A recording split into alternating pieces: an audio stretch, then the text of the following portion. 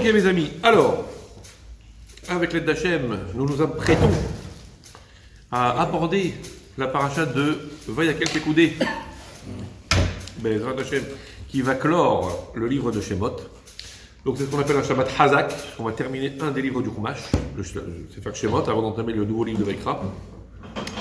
Bezrat Hachem, donc c'est la fin du cycle des parachutes de Shemot. Et cette parachute de Vayakel Pekoudé, en fait, est la suite immédiate de Teruma Tetzavé, qu'on a vu il y a quelques semaines. Puisque dans la paracha de Teruma et Tetzavé, Akadosh Baruch Hu donne l'ordre de construire le Mishkan avec les détails, voilà comment il faudra faire, voilà comment il faudra faire, voilà comment il faudra s'y prendre, voilà qu'est-ce qu'il faudra apporter, etc. Et la paracha de Vayakel Pekoudé, c'est la paracha où les bénis Israël vont réaliser ce que Akadosh Baruch Hu a demandé. Ok? Donc voilà comment les bénis Israël ont fait, voilà ce qu'ils vont faire, et on va décrire comment, avec quelle célérité, quelle promptitude, quel zèle, quel dévouement, quelle vivacité, quel enthousiasme, motivation, ils vont faire les choses. Je crois que même Akadosh Baruch Hu a été très ému de voir cet élan extraordinaire. Bon. Maintenant, comme introduction à tout ça, arrive la mitzvah du Shabbat. C'est par ça que ça commence. Vayakel Moshe Rabbeinu réunit les bénis Israël pour leur faire part des conclusions du jugement céleste là-haut. Akadosh Baruch Hu, il a pardonné, ça y est. On est au lendemain, d'après ce que disent les Mfarshim, d'après ce que disent les commentateurs, les Hachamim, rapportés par Rashi. C'était au lendemain de Yom Kippour, donc Moshe Rabbeinu est descendu avec les deuxièmes Luchot, etc. Donc le lendemain, ça y est, il leur a fait le topo, le débriefing. Maintenant, on va attaquer le Mishkan. Très bien. Et avant de commencer, il embraye d'abord sur le Shabbat. D'après ce que disent les Hachamim, c'est pour nous enseigner que même les travaux du Mishkan, qui pourtant sont d'une haute teneur spirituelle, c'est le projet divin qui se réalise à travers le fait que la présence divine va rentrer sur le monde. Malgré ça, ça passe pas devant Shabbat. Et le Shabbat, tout doit s'arrêter. Ok? Donc c'est pour nous enseigner ça. Pendant 6 jours, le travail sera effectué. Et le 7e jour, c'est Kodesh, tu t'arrêtes. Shabbat, Shabbaton. Très bien. Maintenant, le Shabbat, vous imaginez bien. Le Shabbat, pour être à ce point-là important, jusqu'à être prioritaire sur le Mishkan, c'est que vraiment, il est chargé de ressources. Et effectivement, c'est bien connu que le Shabbat est porteur de bracha, tout le monde le sait, que le Shabbat est porteur de toutes les bénédictions. C'est connu, et à part ça, on le redit. L'auteur du Lech Adoni, Rabbi Shlomo Alkametz, Shlomo Levi Alkametz, le dit. L'ikrat Shabbat, l'echouvelcha, kihi, mekor aberacha. Allons-y vite à la rencontre du Shabbat, car il est la source de la bracha. Tout le monde sait. Vous connaissez l'histoire de Yosef Mokir Shabbat, que la Gemara rapporte. Yosef Mokir Shabbat, on l'appelait comme ça, c'était un surnom qu'on lui donnait. Il s'appelait Yosef Mokir Shabbat. Yosef, celui qui donne de la valeur, qui chérit, on va dire, le Shabbat. C'était un monsieur qu'il faisait toujours en sorte de respecter le Shabbat au maximum. Il faisait tout au mieux pour Shabbat. Il achetait toujours les meilleurs produits, les meilleurs aliments, etc. Dès qu'il voyait quelque chose de magnifique, il gardait pour Shabbat. Bref. Et un jour, il avait un voisin qui, bon, je ne sais pas s'il était anti-philosémite ou traloïdosémite, en tout cas, bon, ce voisin-là avait des relations. Et il a consulté une espèce d'oracle, de voyante ou un truc comme ça, qui lui a dit, c'est écrit dans le ciel que toute ta fortune, tu vas la céder à ton voisin. Ta fortune, tu vas la perdre au profit de ton voisin. C'est ton voisin qui va en hériter. Et c'est qui son voisin? C'était Yosef Mokir Shabbat. Il dit quoi? Mon juif là, il va hériter de mon voisin. Puisque c'est comme ça, qu'est-ce qu'il a fait? Il a tout vendu. Et avec l'argent, il a acheté une pierre précieuse énorme, un énorme diamant. Et ce diamant, il l'a cousu dans la doublure de son chapeau. Il dit, comme ça, toute ma fortune, je l'ai tout le temps sur moi. Comme ça, si mon voisin, il veut venir me cambrioler et me piquer toute ma fortune, il ne pourra pas, j'ai toujours sur moi. Ok? Lui, il a compris de la voyante que son voisin venait aller le voler, le cambrioler, lui prendre de force, parce qu'il a interprété, bon bref. Donc il a fait en sorte que toute sa fortune soit réunie en un seul élément, hop, qu'il avait toujours sur lui. Bon. Et donc comme ça, il se baladait avec son diamant. Un jour, il se promenait sur un pont, et un courant d'air, skin. Un courant d'air, et son chapeau s'envole. Et il tombe dans l'eau. Voilà, je suis embêté, je vais tomber mes lunettes dans la Loire. Vous connaissez l'histoire. Bref, donc ils ont son chapeau. Et vint à passer, comme dirait le narrateur, vint à passer un énorme poisson qui ouvre très grand sa bouche et qui, hop, d'un seul trait, avale le chapeau. Et la mchette et le poisson qui repique la tête dans l'eau, va le trouver maintenant, impossible. Et là, le voisin, il n'a plus que ses yeux pour pleurer. D'ailleurs, ça se passait à Lisieux. Il lui restait les yeux pour pleurer.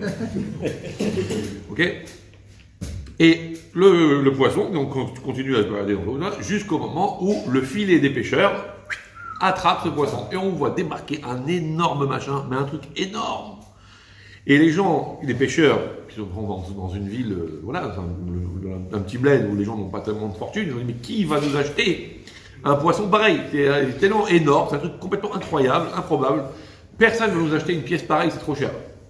Et à ce moment-là, un des pêcheurs dit, si, moi je connais quelqu'un, je suis sûr qu'il va nous l'acheter.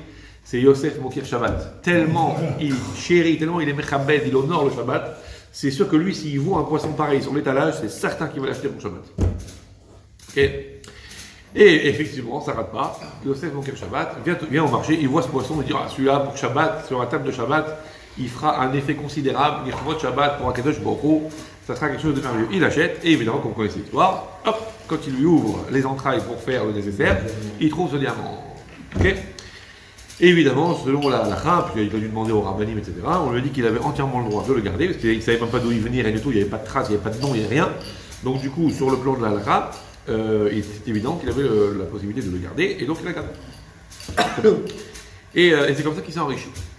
Très bien. Donc on sait que le Shabbat est source de bracha. Bon, ça c'est l'histoire qui est rapportée comme illustration, c'est pas la seule, on va voir.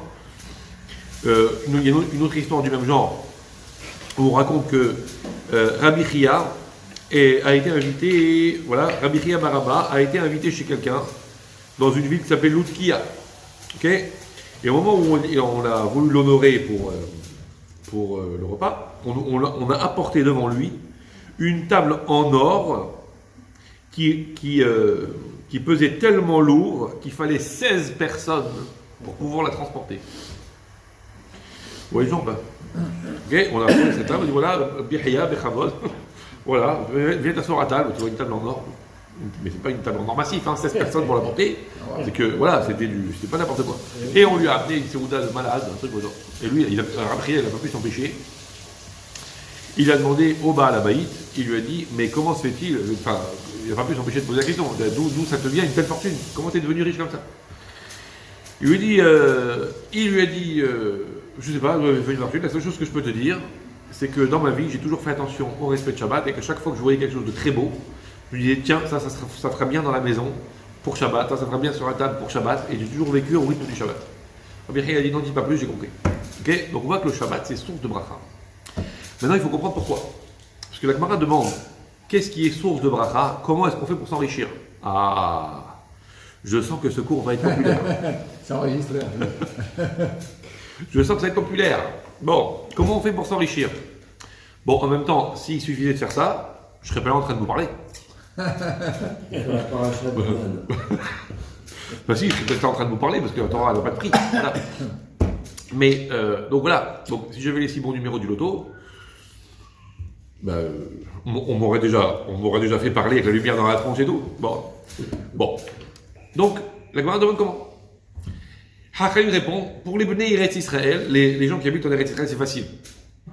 C'est écrit dans la Torah. Aser te aser, tu prélèves le maaser. Aser bishvil shetit asher. De base, le maaser, c'est pas comme nous on fait. Nous, on fait le maaser avec l'argent. Parce que voilà, aujourd'hui c'est la ressource qu'on a. Mais de base, le maaser, c'est sur les récoltes. Et c'est seulement en Eretz Israël que la mitzvah de maaser bat son plein en réalité. Donc pour les Bnei Eretz Israël, c'est facile, c'est écrit aser. Oui, aser te aser, aser bishvil shetit asher. Prends le maaser et tu vas t'enrichir. Très bien. Oui. Donc la Gemara dit, et pour les gens de Babel, de Babylonie, donc ça veut dire qu'ils sont juste à côté d'Eretz Israël, mais en exil, ou là-bas, les Hachayim répondent, là-bas c'est ceux qui sont mechabedim et Torah, par le mérite qu'ils honorent la Torah, alors ils s'enrichissent. Et là-bas, effectivement, à Babel, c'était pas Eretz Israël, mais il y avait énormément de yeshivot. Parce qu'on voit bien que tout le Talmud, toute la Gemara, les Hachamim du Talmud, pour la plupart, étaient en Babylonie. Ok. La Gemara dit, et ceux qui sont en dehors de tout ça, ils sont ni en Eretz Israël, ni en Babylonie, c'est-à-dire dans un endroit où il n'y a pas de quoi faire maaser sur les récoltes, parce que c'est pas Eretz Israël, et un endroit où il n'y a pas autant de yeshivot, donc ils ne peuvent pas honorer les Talmidei Chachamim, ils n'ont pas de Talmidei Chachamim. Et la Gemara répond en disant, ceux qui sont mechabet le Shabbat, par le fait d'honorer le Shabbat, on a bien dit honorer, hein. Après, pour respecter Shabbat, rester à dormir toute la journée sans faire de melacha, sans faire de travail, mais du tout, bon, c'est déjà énorme, c'est la base. Après, tu ne peux pas honorer. Si tu offres un magnifique bouquet de fleurs, c'est très joli, mais que le pot dans lequel sont installées les fleurs, il est troué, au bout d'un moment, elles vont faner. Donc ça veut dire que, évidemment, la base, déjà, c'est que le support de ton Shabbat, au moins l'activité, au moins les travaux interdits, au moins tu ne les fais pas. Quelqu'un, il va faire une table magnifique.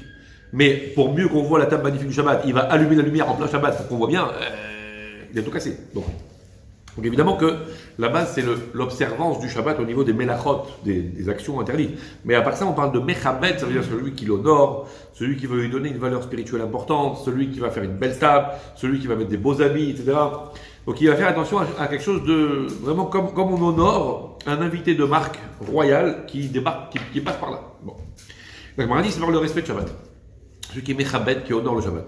Et là, les commentateurs, enfin, les penseurs juifs, se posent la question.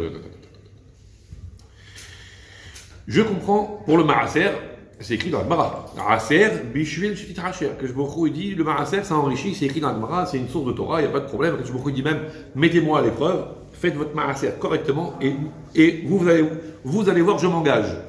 Okay. La Torah, c'est écrit. Et l'eau des varim, on dit tous les matins dans la tfila, dans la partie qui précède Rodou la bonne korbanot, les ktoret. Et l'eau de varim, shadam ochel peroté ma'olamazé. Voici les éléments voici les mitzvot, les choses qu'un homme, quand il les fait, ochel peroté ma'olamazé, déjà il commence à en consommer les fruits, les conséquences positives déjà dans ce monde. C'est-à-dire que ce sont des mitzvot tellement incroyables que, bien que normalement les mitzvot ne sont récupérés que dans le monde futur, le salaire des mitzvot dans ce monde-là, il n'y a pas. C'est seulement dans le monde futur. Mais ces mitzvot-là, elles sont tellement grandes que ce sont comme des arbres plantés dont les feuilles débordent chez les voisins. Okay. Là, c'est-à-dire que le keren, ça veut dire la racine, la source principale, elle est branchée sur l'olamaba. À keren kayemet olamaba, c'est sûr que le capital, il est dans le monde futur. Mais ochel merote hembaron lamazé, ce sont des mitzvot qui sont tellement grands que déjà on commence à en consommer le fruit déjà dans ce monde-là. Ve'elohet, kibudavahen, gunut hasadim, kuchalim, etc. Ve'talmud Torah, keneget kulam. Donc on nous cite quelques mitzvot, la bienfaisance, le respect des parents, le ceci, le cela, bref.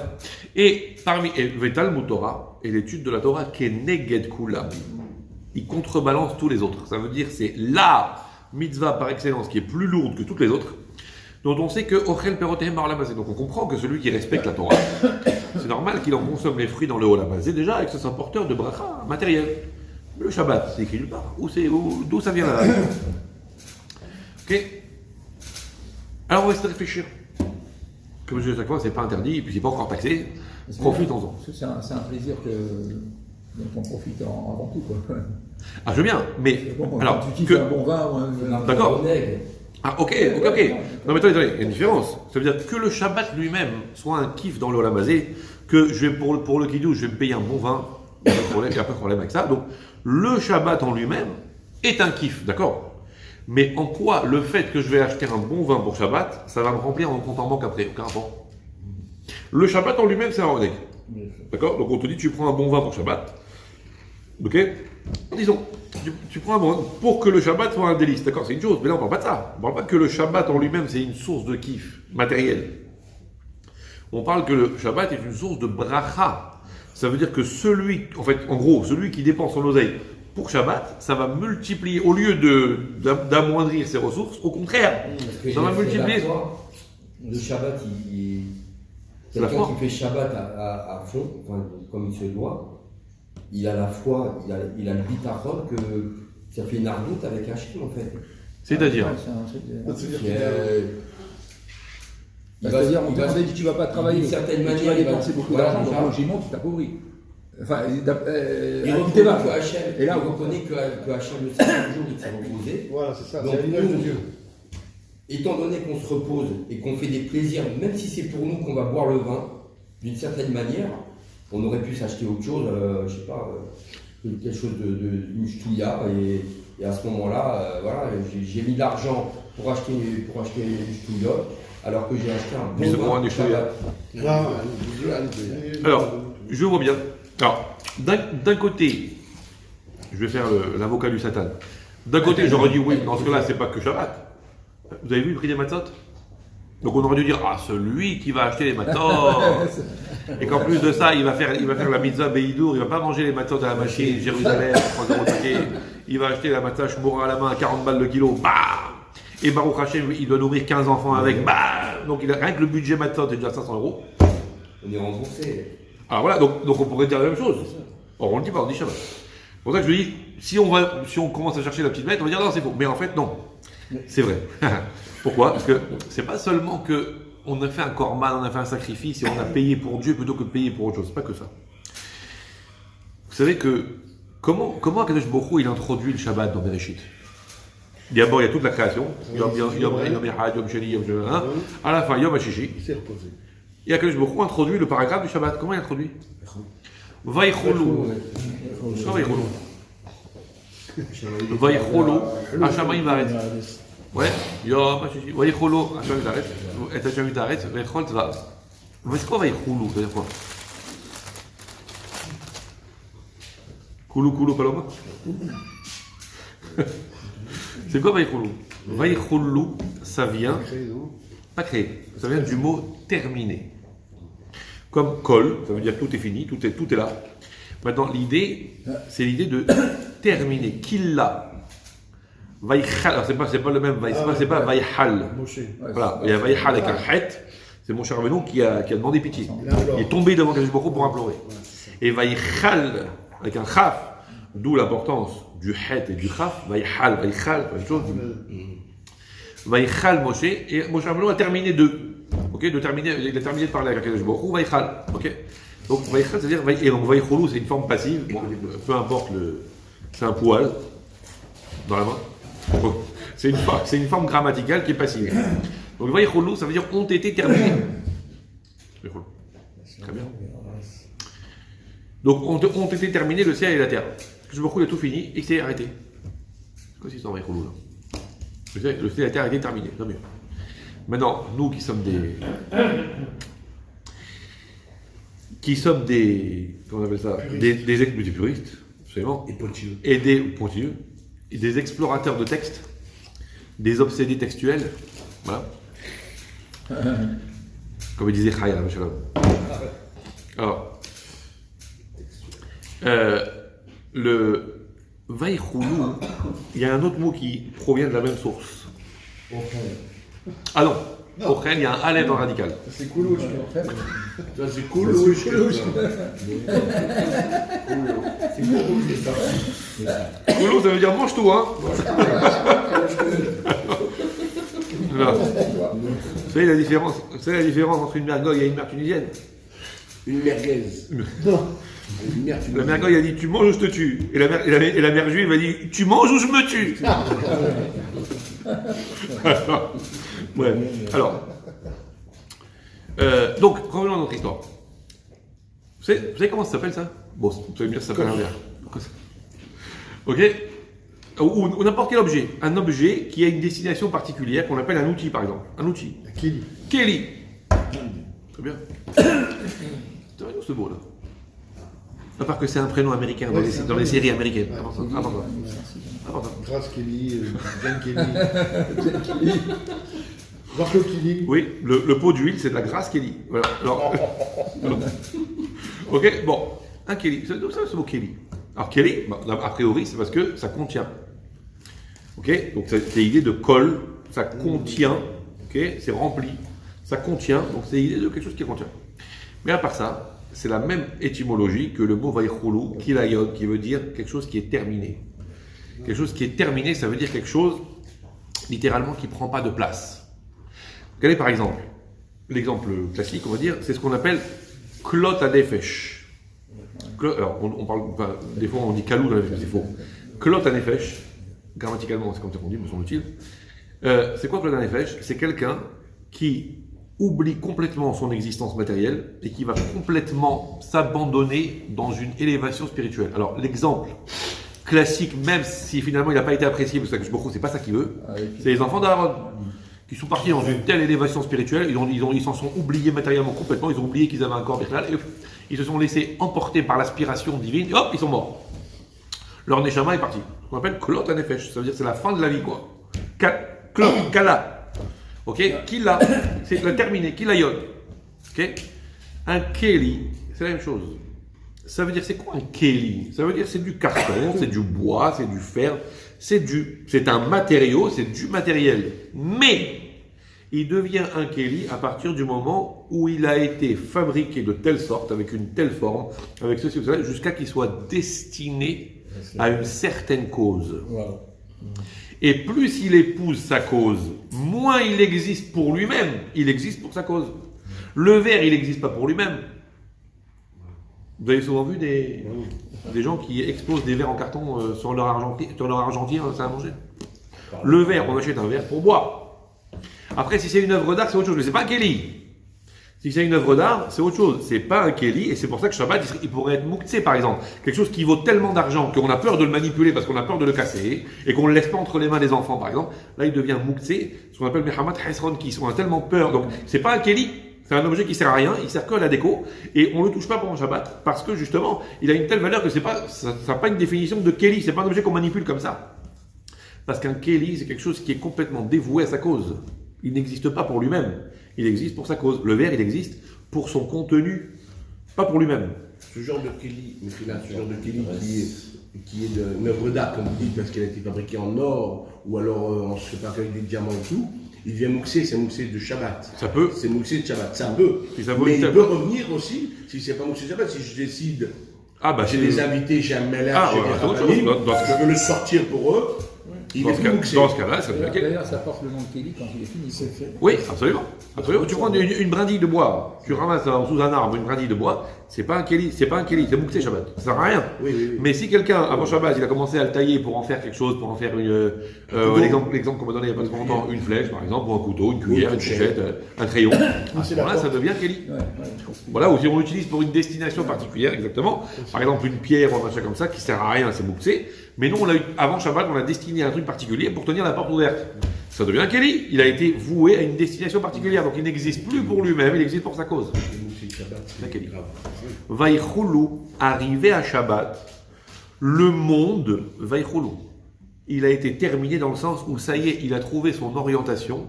Le Shabbat exprime à quel point le monde il a été créé pour Akadosh Baruch Hu. Vous comprenez? Le monde, on peut l'utiliser de mille et une manières. On peut même s'enorgueillir de ce monde en voulant se l'approprier. Arrive Shabbat, t'arrêtes tout. Tu réalises que le Shabbat n'est pas là. Tu réalises pendant Shabbat, que le monde n'est pas là pour toi, mais qu'il est là pour Akadosh Baruch Hu. Tu n'as plus le droit d'en tirer profit à titre profit dans le sens l'exploitation, la production. Donc t'arrêtes de te prendre toi pour le grand producteur de l'univers, t'arrêtes de te prendre pour l'acteur principal du système. Tu réalises que finalement Shabbat Hayom Lachem, tout appartient à Kadosh Baruch Hu et je lui rends sa propriété. Le monde est voué à Dieu. À partir de ce moment-là, pendant Shabbat, le monde devient un Keli pour Akadosh Baruch Hu. On a créé une connexion entre le monde et Dieu. Dès que tu crées une connexion entre le monde et Dieu, tu as amené la bracha. Et donc le Shabbat est source de bracha. Vous comprenez? Logique. La réalité elle est là. Donc quelqu'un qui vit toute sa semaine pour Shabbat, ça veut dire qu'en fait il vit sa semaine à travers Shabbat pour Akadosh Baruch Hu, en fin de compte. Il réalise que le monde ne lui appartient pas, que le monde est à Dieu. Que lui, il va faire du business parce que voilà, il faut bien survivre et on est en galoute et il faut bien s'en sortir. Et la vie, elle escalée et Dieu nous a demandé de faire ce qu'on appelle l'ishtadlout, on fait des efforts pour s'en sortir. Parce que, comme il dit certains, ça tombera pas du ciel. La vérité, c'est que si, ça tombera du ciel. Mais Dieu, il veut qu'on fasse un petit effort pour cacher la main d'Hachem, pour pas que ça se voit trop que ça va du ciel. Donc on fait des efforts. Mais on reste quand même conscient et persuadé que tout est lié à Akadosh Baruch Hu et le monde ne trouve sa dimension qu'à partir du moment où il rentre en contact avec Dieu. Et donc le Shabbat, source de bracha. Comme ça qu'on peut comprendre. Ça marche, et c'est pour ça que c'est source de bracha, et que celui Bémet qui est Mechabet Shabbat à 100%, source de bracha, qui hi Mekor bracha. Ça marche? Mais c'est pour ça qu'on dit que chez Yamim, terrassé Menacha, Baïm Hashemim. Le travail sera fait. Exactement. Ça se fait je tout vois seul. ce que tu dis. Exactement, ça se fait tout seul. Hazak. Et c'est écrit comme ça, que si on est méritant, Melachtecha na'aset al yedei acherim. Les autres, ils bosseront pour ça. Pas qu'à faire ça. Ah, il y en a qui il faut bosser. Bon, alors, très bien. Maintenant, on va continuer un tout petit peu. Regardez. C'est écrit, regardez, le Shabbat. C'est écrit dans la Lacha, et c'est comme ça qu'on fait. Le Shabbat, on dit un texte donc, dans la Mita de Moussaf. Tikanta Shabbat, Ratita Korbonotea, Tivita Ferushia, Im Sedori, Nesaria, Me'anegel. Tikanta Shabbat, que je me tu as agencé, orchestré, fabriqué, mis en place, on va dire, le Shabbat, etc. Vous avez remarqué quelque chose de spécifique dans ce texte, quelque chose qui vous a attiré votre attention. Ce texte. Tikanta Shabbat est toujours attirant. On n'arrive pas. Tikanta Shabbat, Ratzita Korbonotea, tu as agréé ses sacrifices, etc. Vous avez rien remarqué de particulier qui vous a heurté? Ouais. Ouh là là. Oui, on est pas. C'est du futur. Oh. Ah non, c'est passé, Tikanta. Alors ça dépend. Chez Sfaradi, dans le Nusach Sfaradi, on dit Tikanta avec un kaf. Il y en a qui disent Tikanta avec un kouf. Grosso modo, pareil. C'est soit mettre du contenu, soit agencer, mais c'est pareil. Enfin, c'est pareil. Ça revient à la même idée, on va dire. Ce texte est écrit dans un ordre anti-alphabétique. Tikanta, Shabbat, Ratita, Tav, Shin, Reish, à l'envers. Kouf, L'adbash. Tikanta, Shabbat, donc Shin, Ratita, Reish, Korbonotea, Kouf. La Kabbalah, M. Rabbin, ça. On n'a pas dit ça, attends, Mais- tu m'as provoqué là. Déjà, ça va voir. À la poste aussi, on a une Kabbalah. Hein. Ça s'appelle un reçu. Bon. Alors, qu'est-ce que c'est que cette histoire? Bon. Comment dire, les sources d'Alakha qui rapportent ce texte, pourquoi il faut le dire dans Shabbat. Donc c'est basé sur l'ordre anti-alphabétique au nom de la Géoula, au nom de la délivrance. C'est que Shabbat, c'est Géoula, c'est Me'aïn dans la Maba, c'est la délivrance mise à notre portée. C'est un genre de monde futur. Me'aïn, un genre. Disent donc les maîtres, les commentateurs, les maîtres de la Halakha, les poskim, en fait, c'est au nom de la Géoula. Pourquoi? Parce que c'est écrit dans le prophète Zecharia. Je m'incline. C'est écrit dans le prophète Zecharia, chapitre 10, verset 8, sur un verset qui parle de la Géoula. Eshreka lahem va'akab betzem. Littéralement, Eshreka, lishrok, ça veut dire siffler. Je vais leur siffler, ça veut dire je vais leur faire un signe de ralliement, de la sirène ou ce que vous voulez. Je vais leur siffler. Va'akab betzem, et je vais les réunir. Que je me dis voilà, un jour viendra, comme le chauffard quoi. On fera un coup de sifflet et ça y est, tout le monde au vestiaire. Sauf que là, ça sera tout le monde en Eretz Israël. Et comme Eshreka, l'Ishrok, c'est la racine Shin Resh Kouf, donc ça veut dire dans cet ordre-là Shin Resh Kouf. Donc du coup, ce qu'on appelle Tashrak, cet ordre anti-alphabétique, fait référence à ce mot qui dit que Kadosh Baruch Hu va nous siffler pour nous réunir à la fin des temps. Donc ça fait référence à la Géoula. Donc le Shabbat, puisque c'est une petite Géoula, alors du coup, on a fait référence à ça. Incroyable, ça, non? Rappeler à l'ordre. Pas forcément à l'ordre. Rappelez à la maison. Non, Allez, tout le non, monde c'est à la pas à maison. l'ordre, nous rappeler. L'arbitrage. Nous rappeler. Non, c'est la fin du match. rappeler. C'est la fin de la galoute, ça y est, on rentre à la maison. Ok? On a. Donc, quel rapport? Pourquoi est-ce que la Géoula, la délivrance, devrait être marquée par cette dimension? Alors, l'Ishrok, on l'a compris, je beaucoup ici. Allez, les gars, comme le berger, il siffle pour ramener les brebis. C'est brebis, perdu, égaré. Non, ça on comprend. Mais pourquoi est-ce que cette notion d'anti-alphabétique, de remonter les lettres de l'alphabet, de Tav jusqu'à Aleph, pourquoi est-ce que ce serait un signe de Géoula? Alors, la question a été posée et elle a été répondue en deux temps. Une fois, dans un Sefer que je veux vous rapporter ici, qui s'appelle le Yalkut Agershoni, et qui rapporte au nom d'un maître qui s'appelle Rabbi Yitzhak Shmelkis, et qui dit que, en fait, la galoute, le galoute ou la galoute, chacun verra l'exil quoi, dans lequel nous sommes, a été dû à quoi? La destruction du deuxième Beth Amikdash a été due à la haine gratuite et à la division entre les gens. Ok? Et l'ordre anti-alphabétique est justement le contraire de la division. Parce que quand vous faites l'ordre alphabétique et que vous voyez la guématria, la valeur numérique des lettres, vous avez 1, Aleph 1, et puis après le bet, vous avez le bet, le 1 qui se divise en 2. Après 3, 4, 5, 6, donc c'est ce qu'on appelle péroud. Ça se éparpille, ça se divise. Le contraire, l'ordre anti-alphabétique, le tav c'est 400, puis 300, puis 200, puis 100, etc., etc. Et on remonte jusqu'à 1. Donc on réalise à l'inverse, l'unité. On part de l'éparpillement 400 et on remonte à 1, on retourne vers l'unité. Ça marche? Très bien. Maintenant, comment on l'appelle? Pareil pour Dieu. Le monde, il est éparpillé. Il est l'unique créateur de ce monde, évidemment. Mais il y a tellement de variété, tellement de diversité, on a l'impression des fois que est-ce que vraiment c'est l'œuvre du Dieu unique et on a l'impression nous-mêmes de nous éparpiller. Bon, Akadosh Baruch Hu, il est dans son coin, il dit ce qu'il veut, il fait ce qu'il vit, il dit ce qu'il dit, mais moi, je peux partir dans une autre direction et m'éloigner, quelqu'un peut dire, je prends mes distances par rapport à Akadosh Baruch Hu. Donc l'ordre anti-alphabétique, c'est qu'on revient vers le 1. On revient tous vers Akadosh Baruch Hu, Kibbutz Galouyot. On retourne vers l'unité de départ. Donc Tashrak de 400, on va vers le 1. De l'éparpillement, on va vers l'unité. Du monde éparpillé, on retourne vers Akadosh Baruch Hu, Ehad. Première réponse. Ok, donc on va de l'éparpillement remonter vers Akadosh Baruch Hu. C'est le principe de la Géoula.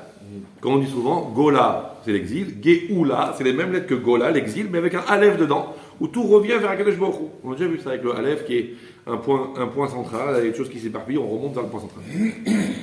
Ça, c'est la réponse qui est donnée par ce maître-là. On a posé la même question à Rav Chaim Kanievsky Alav Shalom, et lui, il a répondu un peu autrement. Et il a dit, pourquoi est-ce que, donc on dit ça Shabbat, parce que c'est lié à la Géoula. C'est écrit dans la Gemara, on a déjà vu, et c'est très intéressant. C'est écrit dans la Gemara que dans ce monde-là, dans le monde dans lequel nous sommes maintenant, quand on apprend une bonne nouvelle, on fait la bracha, Baruch Ata Hashem, Hatov et Hametiv. Béni soit Hashem, comment ça on va traduire, même si ce n'est pas la vraie traduction. Béni soit Hashem, Hatov et Hametiv, qui est bon et qui fait du bien. On est content, on a une bonne nouvelle. Quelqu'un, Baruch Hashem, il a donc une bonne nouvelle, il a eu un enfant, il a ceci, il a cela. Il a appris que l'action Total Énergie elle a monté. Donc il va cartonner, il a une bonne nouvelle, ça va bien se passer. Il fait la bracha Hatov et Hametiv. Si quelqu'un apprend une mauvaise nouvelle, alors on fait la bracha de Baruch Dayan Ha'emet. Béni soit le juge de vérité. Ça veut dire, je ne peux pas dire, je suis content. L'autre, mais il vient de déplorer une catastrophe. Il ne va pas dire, super. Il dit, mais voilà, c'est Dieu, il sait ce qu'il fait. Dieu, il a jugé que c'est comme ça qu'il fallait faire. Dieu, il est le juge de vérité. Ce qu'il fait, c'est bien. Baruch Dayan Ha'emet. Béni soit Hachem, le juge de vérité. Dieu l'a tranché comme ça. J'accepte le verdict. Pourquoi on ne dit pas Hatov et Hametiv? Parce que tu vois, dit la Gemara, quand Mashiach viendra, on fera Hatov et Hametiv même sur les mauvaises nouvelles. Ok? C'est-à-dire quoi? Pourquoi c'est-à-dire quoi on fera Hatov et Hametiv même sur les mauvaises nouvelles? Dit le Tzlar, qui est un commentateur sur la Gemara, il dit parce que ça sera évident, quand Mashiach va venir, on va avoir un autre regard sur les choses et on va réaliser que tout ce qu'on a interprété comme étant des catastrophes, en réalité, Akadosh Baruch Hu, il a orchestré ça pour le bien du système, pour notre bien à nous, et que en fait tout était bien. Nous, on l'a vu comme une catastrophe, mais notre regard va être complètement transformé, et on va comprendre qu'en fait tout était pour le bien, et donc on va dire Hatov et Hametiv. Ce qui veut dire qu'on va faire une rétrospective de tous les événements, et sur toutes les fois où on a dû dire Baruch Dayan Ha'emet, on va dire Baruch Hatov et Hametiv. Donc on va faire une rétrospective où on va repasser à partir de maintenant jusque le début de l'histoire, tous les événements qui nous sont arrivés, de maintenant jusqu'à Bereshit. Notre vision, en fait. Et donc on va voir les choses à l'envers. On va faire une rétrospective et on va voir les choses sous un autre angle. Comme on les voit aujourd'hui dans une certaine direction et on les reverra dans une autre direction à l'envers par rapport à maintenant. Donc c'est pour ça qu'on fait Tikkun Shabbat dans l'ordre anti-alphabétique, pour dire qu'aujourd'hui on voit les choses dans un certain sens, mais en réalité c'est pas le vrai sens. Un jour viendra où on verra les choses dans l'autre. Non, c'est pas une bracha levatala. Si on sait, on se dit, mais de toute façon, ce qui m'arrive, c'est du mal. Mais il n'y a pas de menra yored milmala. Donc Oui. je vais faire Atom Maleki. Non, on ne fait pas. On peut pas. Parce que c'est se mentir. Parce qu'au fond, dans la configuration actuelle, on ne peut pas dire ah super. D'ailleurs, entre parenthèses, imaginez, on parle de ça, les Harim parlent de ça. Imaginez quelqu'un, il a un père, grâce à Dieu, c'est une grosse fortune. Ouais, et il est fils unique, il lui laisse un héritage de malade. Ok? Et son père, il meurt. Donc, il est partagé. Il est partagé. Entre l'héritage de Atom Il fait la bracha de Dayana Emet sur la mort de son père, et il fait Atov et Ametil sur le fait qu'il va devenir milliardaire. Adam les Ram. Comprenez ou pas? Et est-ce qu'on pourrait faire cette bracha quelques années après? Je peux t'envoyer, c'est court, je peux t'envoyer. Voilà. On n'a pas encore fini. Non, 2 minutes. Mais Des années après. Après avoir finalement c'est le compte ce que m'a donné Hachem. oui, donc on fera. Comment je vais venir, on va pas. On fera la Non, bracha. mais avant Mashiach. Non, pour l'instant, on peut pas. Même si on est conscient que c'est une montée, il faut être honnête avec soi-même. Nos yeux voient ce qu'ils voient. On ne peut pas dire non, mais moi je vois. Non, nos yeux, ils voient la réalité. La réalité. C'est-à-dire le côté matériel des choses, c'est que ce que nos yeux voient, c'est un malheur. Donc on est obligé de le reconnaître comme tel. Et après viendra le moment où cette matière va se transformer. Donc ça veut dire que le Shabbat, c'est donc un mérite de la Géoula, où la Géoula, le monde va devenir Kéli, va devenir donc un outil pour le service de Dieu. Aujourd'hui, le monde, il donne l'impression d'être le contraire de la volonté d'Hachem. Le monde, il va à l'envers. Dieu, il dit, Mashiach va venir, et le monde progresse sur la Géoula. On a l'impression au contraire que plus ça va, et plus le monde, il part en catastrophe. Donc ça va être le contraire. La Kadosh Baruch Hu, il donne une volonté, et plus ça va, et moins le monde a envie de respecter la volonté d'Hachem. Au contraire, on fait des choses abominables sur le plan de la moralité, etc. Ça devient de plus en plus catastrophique. Donc on a l'impression que le monde devient un écran qui nous sépare de la Kadosh Baruch Hu. Quand Mashiach va venir, on va réaliser que le monde n'est pas un écran qui nous sépare de Dieu, mais au contraire, le monde est un outil qui est là pour nous propulser au service de Dieu. Ça, c'est Shabbat. En réalité, tous les mitzvot, c'est comme ça. C'est quoi une mitzvah? C'est que ça, c'est du matériel. Donc normalement, ça devrait m'éloigner d'Hachem. Mais je vais faire une mitzvah avec, et donc ça veut dire que je vais m'en servir pour servir Akadosh Baruch Hu. Donc ce qui à l'origine est un élément qui m'éloigne d'Akadosh Baruch Hu, une limite, en fait non, ça devient un outil pour Akadosh Baruch Hu. C'est ça le but des mitzvot, c'est de transformer le monde qui est une limite qui m'empêche d'arriver à Dieu en un outil qui au contraire me permet d'accéder à Dieu. Et la mitzvah en chef qui nous permet d'arriver à ça, c'est Shabbat. Où tout est Dieu. On réalise que tout est Dieu, tout est pour Dieu, tout est ceci, tout cela. Donc Shabbat Mekor Abracha. Et quand Mashiach va venir, ce sera le Shabbat multiplié par la réalité. Parce que Shabbat, c'est un genre, c'est un 1% de la Géoula. Quand Mashiach va venir, ce sera un Shabbat grandeur nature. Yom Shekulo Shabbat. Un Shabbat grandeur nature où on va réaliser de cette dimension-là et où le monde va devenir Keli Vaichulu.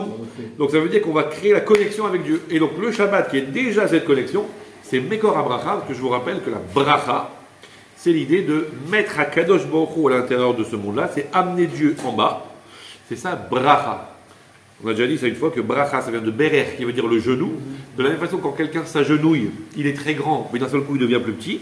De la même façon, à Kadosh Baruch Hu, quand il est très haut et on va l'amener dans ce monde-là, berer, bracha, en quelque sorte, c'est une image évidemment, on va le faire s'agenouiller, ça veut dire on va le chercher très haut et on va l'amener ici dans ce monde. C'est source de bracha, c'est ce qui se passe Shabbat. Et c'est pour ça que la première des choses que Moshe Rabbeinu a enseigné au Bnei Israël au moment de faire venir la Shrina dans ce monde avec le Mishkan, d'abord attention, pas de Mishkan, pas de Shrina, pas d'exercice de faire venir Dieu dans ce monde s'il n'y a pas de Shabbat. Donc Shabbat d'abord, source de bracha, et après le reste, ça vient avec. Ça marche? Que Dieu vous dise.